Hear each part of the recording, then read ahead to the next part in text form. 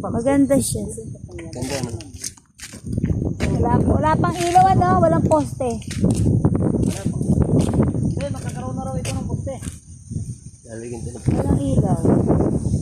Magkakaroon ng poste ito. Barangay Road to. Sa hektarya po ito. Tapos ito ay sa ano eh, sa Palo. Labas din, diretso rin niya sa highway. Ito po. Kabilaan po kalsada. Sa hektarya po ito. Pagitan po niya ay ilog.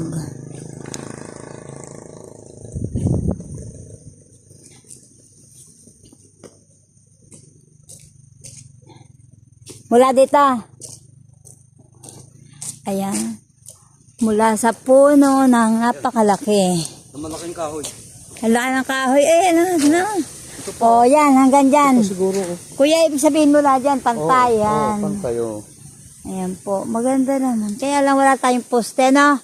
Walang poste na Meralco. Ay, Walang barangay road ilaw. to. Barangay road. Magkakaroon na. Ay, maraming bahay dyan. Saka ito, labasan ng highway. Ayan, ito po ang Barangay Kabulusan, Bailin, Cavite. Ito po ang property ay kabilaan. Ayan po, hinati lang po siya sa gitna. So, ang sukat po niya 1 hektarya. Ayan.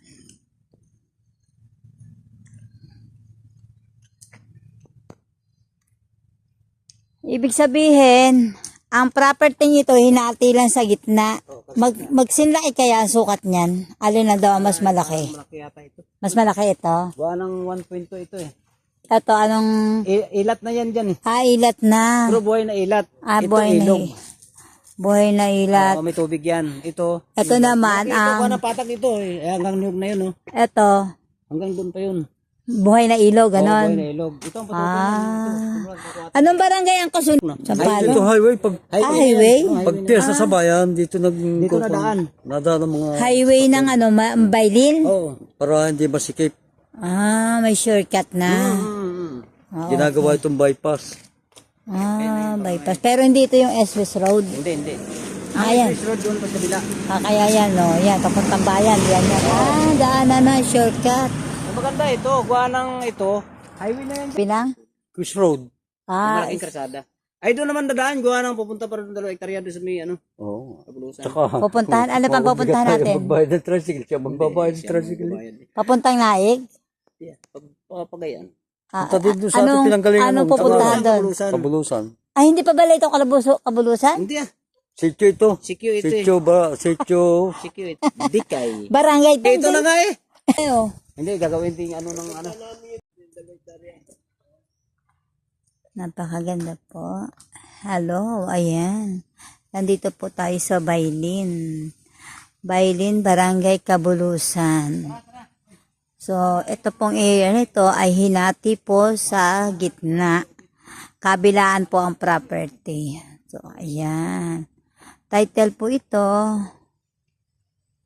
Sa lahat po na naghahanap ng property na farmland, dito lang po sa Bailin. Barangay Kabulusan.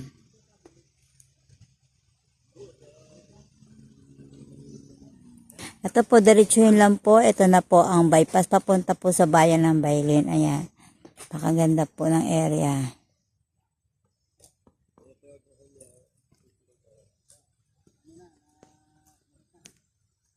Kayo po, sige po. Maganda yun.